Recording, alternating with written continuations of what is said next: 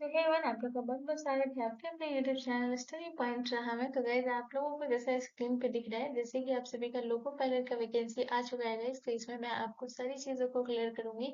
ये आपका application fee से लेकर आपका जो है, आपका किस तरीके से आपका सिलेक्शन प्रोसेस होगा, आपको कौन-कौन सा टॉपिक पढ़ना चाहिए, कितना आपका नेगेटिव मार्किंग होगा, कितने नंबर का एग्ज़ाम होगा। तो इसमें मैं सारी चीज़ों को क्लियर करूँगी, प्लस इसमें सैलरी करूँगी। तो वीडियो को एंड तक ज़रूर देखिए और मैं ये भी बताऊँगी कि कब से आप इस फॉर्म को अप्लाई कर सकते हैं एंड लास्ट डेट कब से है। तो ये आप लोगों के लिए बहुत बड़ी गुड न्यूज़ है। तो जितने भी लोगों को रेलवे यानी कि लोको पायलट का जो वैकेंसी का इंतज़ार था, उनका वैकेंसी का इंतज़ार अब खत्म होता है। तो चलिए इसमें को एक-एक पॉइंट को क्लियर करते हैं। तो सबसे पहले आप यहाँ पे जिस तरीके से देख सकते हैं, यहाँ पे क्या कह रहा है कि ये इस तरीके से जो है ये आर्टिकल आया है, किसकी तरफ से आया है? तो यहाँ पे जो है ये आर्टिकल आया है आपके जो है government of India ministry of railway की तरफ से ये आया है, जिसमें आपको कहा गया है, जिसमें ये आपको क्या किया गया है कि ये जो रिक्वायरमेंट है ये असिस्टेंट लोको पायलट यानी कि एएलपी का है, यानी कि ठीक है। उसके बाद अगर आप यहाँ पे देखेंगे तो यहाँ पे लिखा हुआ है कि application are invited from eligible candidate for the post of assistant loco pilot given the table below, यानी कि नीचे आपको दिया हुआ है किसके लिए, जो कि आपके जो है post of assistant loco pilot का जो दिया हुआ है, ठीक है। उसके बाद अगर हम बात करेंगे तो यहाँ पे जो है आपका अप्लाइंग डेट दिया हुआ है, जो कि 10 अप्रैल से आप अप्लाई कर सकते हैं और इसको जो है आपका इसका जो है लास्ट डेट कब है, 9 मई जो है इसका लास्ट डेट है। इसको जो है मैं सिर्फ एज अ इस पे दिखा रही हूँ आपको कि इसमें क्या क्या बताया गया, बाकी मैं इसे अलग से भी क्लियर कर रही हूँ। तो ये आपको टेंशन लेने की जरूरत नहीं है कि मुझे दिख नहीं रहा है, तो इसके इसे मैं आगे पूरा बताऊंगी, ठीक है।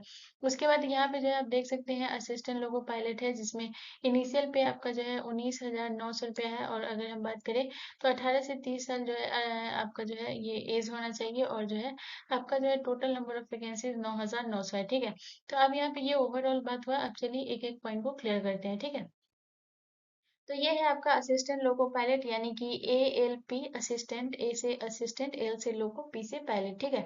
तो अब हम बात करते हैं अप्लाइंग डेट, आप इसको कब से अप्लाई कर सकते हैं। तो ये जो है ये फॉर्म आप अप्लाई कर सकते हैं 10 अप्रैल 2025 से जो है इस फॉर्म को आप अप्लाई कर सकते हैं, और इसका क्लोजिंग डेट कब है, तो 9 मई 2025 को जो है इसका क्लोजिंग डेट है, यानी कि ऑलमोस्ट आपको एक मंथ का समय मिलेगा, ठीक है। उसके बाद अगर हम बात करते हैं कि टोटल नंबर ऑफ वैकेंसीज कितना है, तो 9,900 आपका जो है टोटल नंबर ऑफ वैकेंसीज है। उसके बाद अगर हम बात करते हैं कि आपका मोड ऑफ एप्लीकेशन क्या होगा, तो ऑनलाइन होगा आपका मोड ऑफ एप्लीकेशन। और अगर हम लैंग्वेज की बात करें तो आपका हिंदी और इंग्लिश, ये दोनों लैंग्वेज रहेगा, ठीक है। हिंदी भी रहेगा और इंग्लिश भी रहेगा, ठीक है। चलिए नेक्स्ट पॉइंट के बारे में बात करते हैं।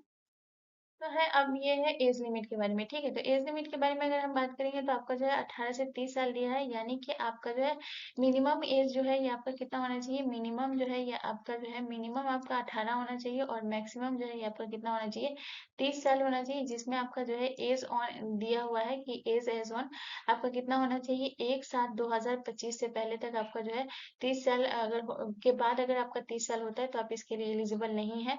तो इस तरीके से आप अपना जो है जो भी आपका जो है डेट ऑफ बर्थ है, उस तरीके से आप अपना कैलकुलेशन कर सकते हैं।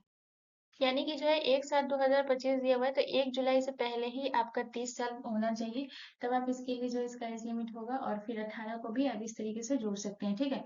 उसके बाद अगर हम बात करते हैं इसका क्वालिफिकेशन जो है ये क्या होना चाहिए गाइस, तो अगर इस फॉर्म को आपको अप्लाई करना है तो इस फॉर्म के क्वालिफिकेशन की अगर हम बात करें तो इसमें जो है आपका 10th पास होना चाहिए, प्लस आईआईटी या फिर डिप्लोमा होना चाहिए, ठीक है।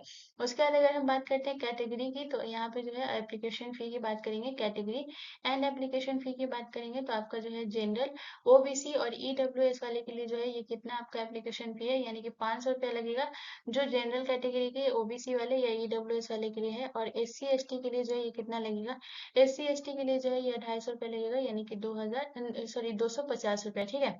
उसके बाद अगर हम बात करते हैं आपको जो है ये सैलरी कितना मिलेगा, तो ये इनिशियल सैलरी है, ठीक है। आपको स्टार्टिंग सैलरी आपका 9,900 से स्टार्ट हो जाएगा, ये भी आपको देखना है, ठीक है। चलिए अब नेक्स्ट पॉइंट के बारे में बात करते हैं।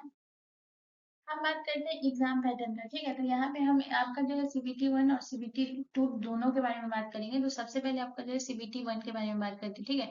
तो सीबीटी 1 के बारे में बात करेंगे तो आपको नंबर ऑफ क्वेश्चन कितना रहेगा, 75 मार्क्स, 75 क्वेश्चन रहेंगे, और टोटल मार्क्स जो है वो कितना रहेगा, 75 रहेगा। यानी कि जो है आपका एक क्वेश्चन जो है वो कितना का होगा, एक क्वेश्चन आपका जो है 1 मार्क्स का होगा, ठीक है।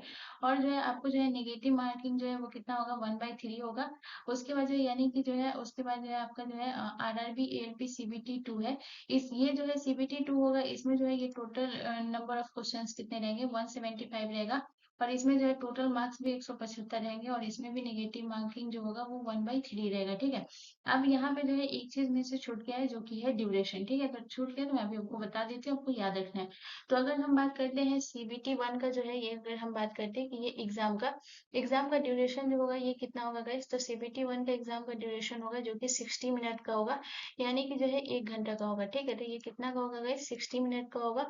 और जो है आपका जो है ALP CBT 2 जो है ये कितना देर का होगा, तो ALP CBT 2 जो है ये आपका जो होगा ये आपका होगा 2 आवर्स, ठीक है। 2 आवर्स जो होगा इसका ड्यूरेशन जो है ये कितना होगा, 2 आवर्स 30 मिनट जो है इसका ड्यूरेशन होगा, 2 आवर्स 30 मिनट जो है इसका ड्यूरेशन होगा। ऑब्वियसली बढ़ेगा क्योंकि इसमें जो है नंबर ऑफ क्वेश्चन 175 देखने को मिलेगा और इसमें जो है नंबर ऑफ क्वेश्चन CBT 1 में जो है आपको 75 देखने को मिलेगा। तो इस तरीके से टाइमिंग आपका CBT 1 में 60 मिनट का मिलेगा और CBT 2 में आपको 2 आवर्स 30 मिनट का मिलेगा, ठीक है।